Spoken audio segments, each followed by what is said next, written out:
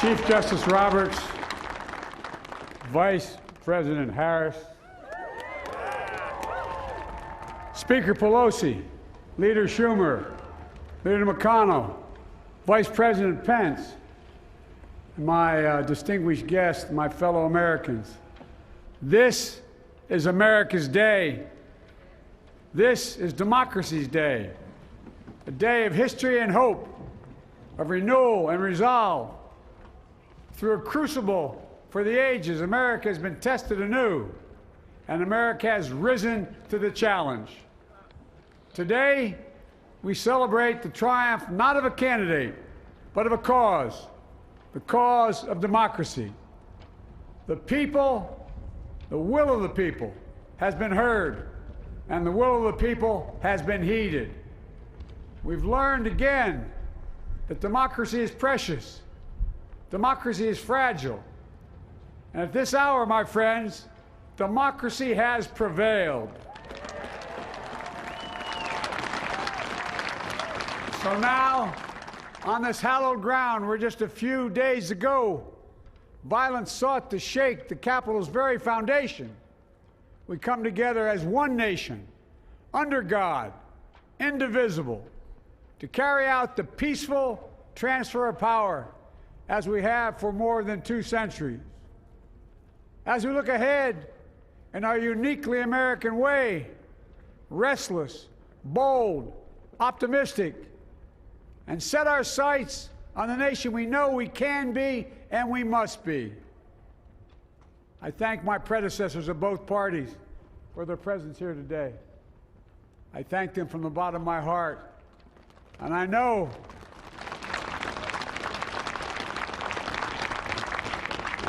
the resilience of our Constitution and the strength of our nation, as does President Carter, who I spoke with last night, who cannot be with us today, but whom we salute for his lifetime in service. I've just taken the sacred oath each of those patriots have taken, the oath first sworn by George Washington. But the American story depends not on any one of us, not on some of us, but on all of us, on we, the people, who seek a more perfect union. This is a great nation. We are good people. And over the centuries, through storm and strife, in peace and in war, we've come so far. But we still have far to go. We'll press forward with speed and urgency, for we have much to do in this winter of peril and significant possibilities. Much to repair, much to restore, much to heal, much to build, and much to gain. Few people in our nation's history have been more challenged or found a time more challenging or difficult than the time we're in now. Once-in-a-century virus that silently stalks the country. It's taken as many lives in 1 year as America lost in all of World War II. Millions of jobs have been lost. Hundreds of thousands of businesses closed. A cry for racial justice, some 400 years in the making, moves us. The dream of justice for all will be deferred no longer. A cry for survival comes from the planet itself, a cry that can't be any more desperate or any more clear. And now, a rise of political extremism, white supremacy, domestic terrorism, that we must confront and we will defeat. To overcome these challenges, to restore the soul and secure the future of America, requires so much more than words.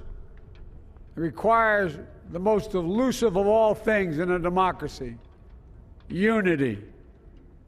Unity.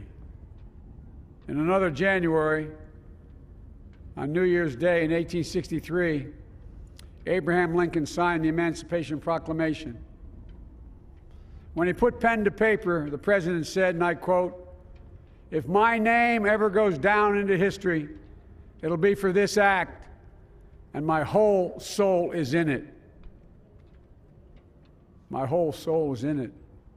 Today, on this January day, my whole soul is in this, bringing America together, uniting our people, uniting our nation.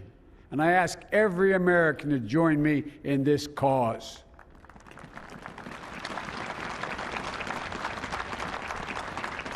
Uniting to fight the foes we face: anger, resentment and hatred, extremism, lawlessness, violence, disease, joblessness, and hopelessness.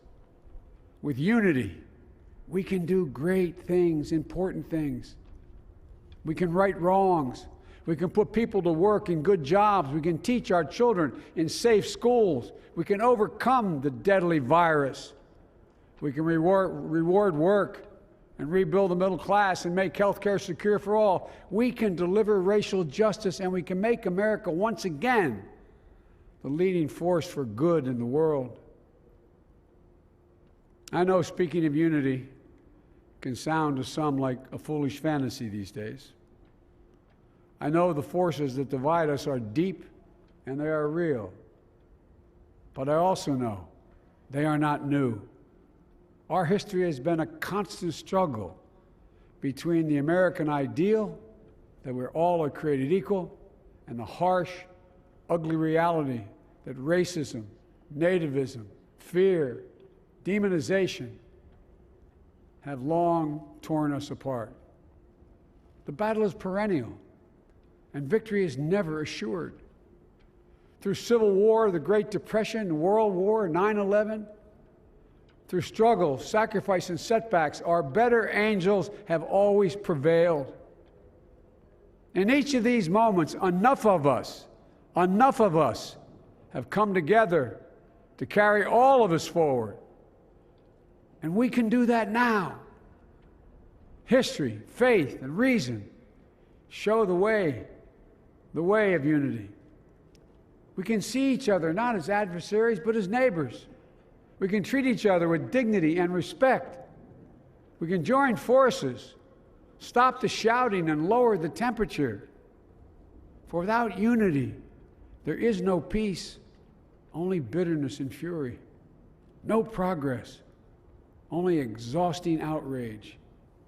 No nation, only a state of chaos. This is our historic moment of crisis and challenge, and unity is the path forward. And we must meet this moment as the United States of America. If we do that, I guarantee you we will not fail. We have never, ever, ever, ever failed in America when we've acted together. And so today, at this time, in this place, let's start afresh, all of us. Let's begin to listen to one another again, hear one another, see one another, show respect to one another. Politics doesn't have to be a raging fire, destroying everything in its path. Every disagreement doesn't have to be a cause for total war. And we must reject the culture in which facts themselves are manipulated and even manufactured.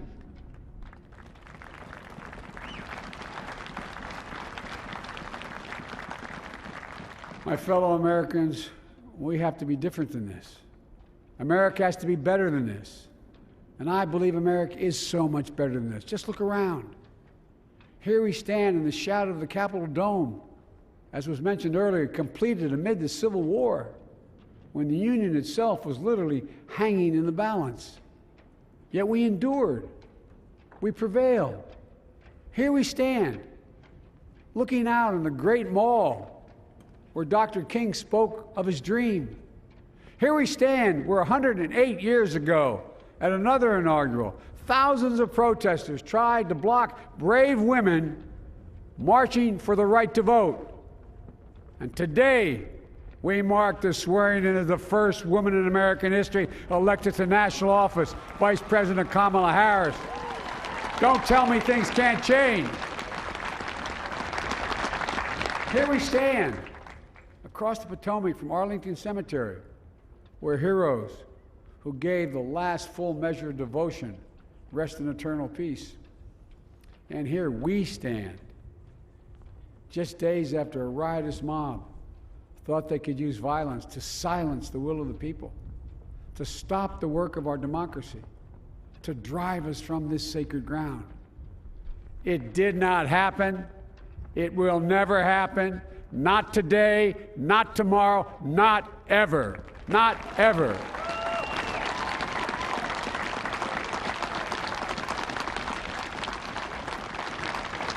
To all those who supported our campaign, I'm humbled by the faith you've placed in us. To all those who did not support us, let me say this. Hear me out as we move forward. Take a measure of me and my heart. And if you still disagree, so be it. That's democracy. That's America. The right to dissent peaceably within the guardrails of our republic is perhaps this nation's greatest strength. Yet hear me clearly. Disagreement must not lead to disunion. And I pledge this to you. I will be a president for all Americans. All Americans. And I promise you, I will fight as hard for those who did not support me as for those who did.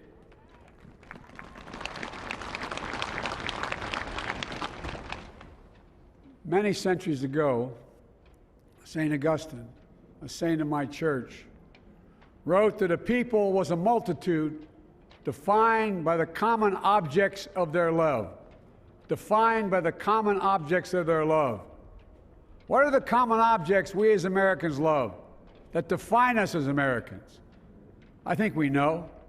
Opportunity, security, liberty, dignity, respect, honor, and yes, the truth. Recent weeks and months have taught us a painful lesson. There is truth and there are lies. Lies told for power and for profit. And each of us has a duty and a responsibility as citizens, as Americans, and especially as leaders. Leaders who have pledged to honor our Constitution and protect our nation, to defend the truth and defeat the lies. Look, I understand that many of my fellow Americans view the future with fear and trepidation. I understand they worry about their jobs. I understand, like my dad, they lay in bed at night, staring at the ceiling, wondering, can I keep my health care? Can I pay my mortgage? Thinking about their families, about what comes next. I promise you, I get it. But the answer is not to turn inward, to retreat into competing factions, distrusting those who don't look like you, or worship the way you do, or don't get their news from the same sources you do. We must end this uncivil war that pits red against blue, rural versus urban, conservative versus liberal. We can do this if we open our souls instead of hardening our hearts, if we show a little tolerance and humility, and if we're willing to stand in the other person's shoes, as my mom would say, just for a moment, stand in their shoes.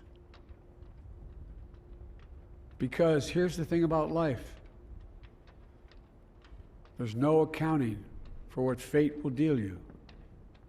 Some days, when you need a hand. There are other days when we're called to lend a hand. That's how it has to be. That's what we do for one another. And if we are this way, our country will be stronger, more prosperous, more ready for the future. And we can still disagree. My fellow Americans, in the work ahead of us, we're going to need each other. We need all our strength to persevere through this dark winter. We're entering what may be the toughest and deadliest period of the virus. We must set aside politics and finally face this pandemic as one nation. One nation. And I promise you this, as the Bible says, weeping may endure for a night, but joy cometh in the morning. We will get through this together. Together. Look, folks, all my colleagues I serve with in the House and the Senate up here, we all understand the world is watching all of us today. So here's my message to those beyond our borders. America has been tested, and we've come out stronger for it. We will repair our alliances and engage with the world once again, not to meet yesterday's challenges, but today's and tomorrow's challenges. And we'll lead not merely by the example of our power, but by the power of our example.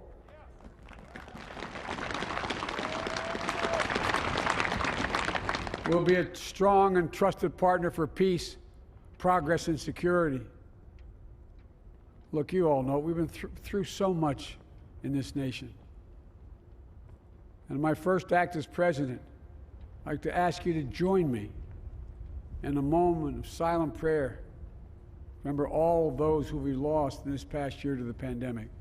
Those 400,000 fellow Americans, moms, dads, husbands, wives, sons, daughters, friends, neighbors, and co-workers. We'll honor them by becoming the people and the nation we know we can and should be. So I ask you, let's say a silent prayer for those who've lost their lives and those left behind, and for our country.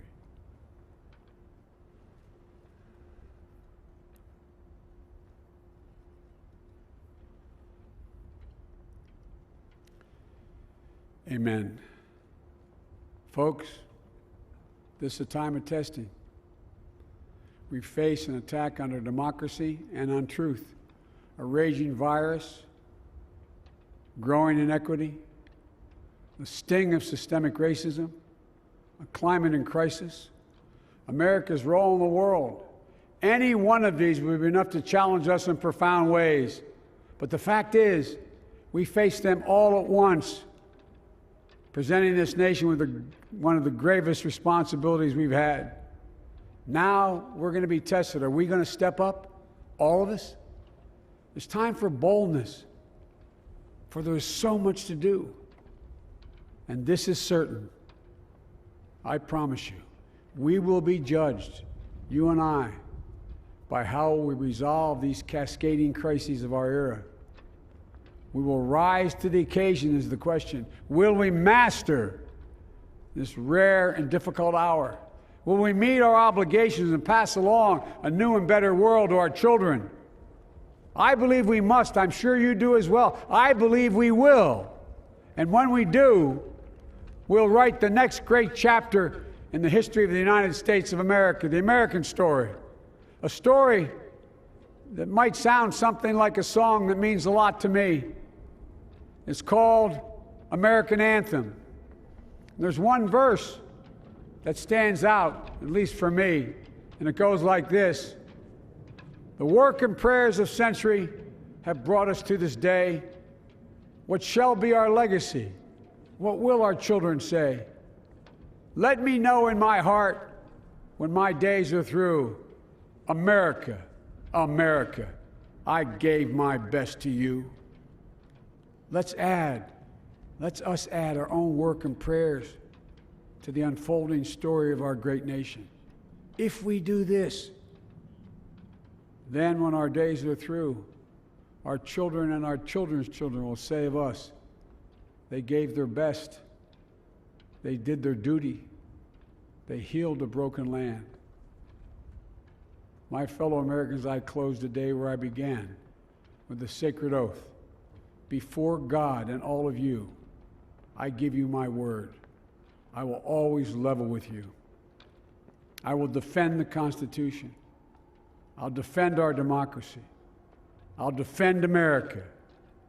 and will give all of you, keep everything I do in your service, thinking not of power, but of possibilities, not of personal interest, but the public good. And together we shall write an American story of hope, not fear, of unity, not division, of light, not darkness, a story of decency and dignity, love and healing, greatness and goodness. May this be the story that guides us, the story that inspires us, and the story that tells ages yet to come that we answered the call of history. We met the moment. Democracy and hope, truth and justice did not die on our watch but thrived. That America secured liberty at home and stood once again as a beacon to the world. That is what we owe our forebears, one another, and generation to follow. So, with purpose and resolve, we turn to those tasks of our time, sustained by faith, driven by conviction, and devoted to one another and the country we love with all our hearts. May God bless America, and may God protect our troops. Thank you, America.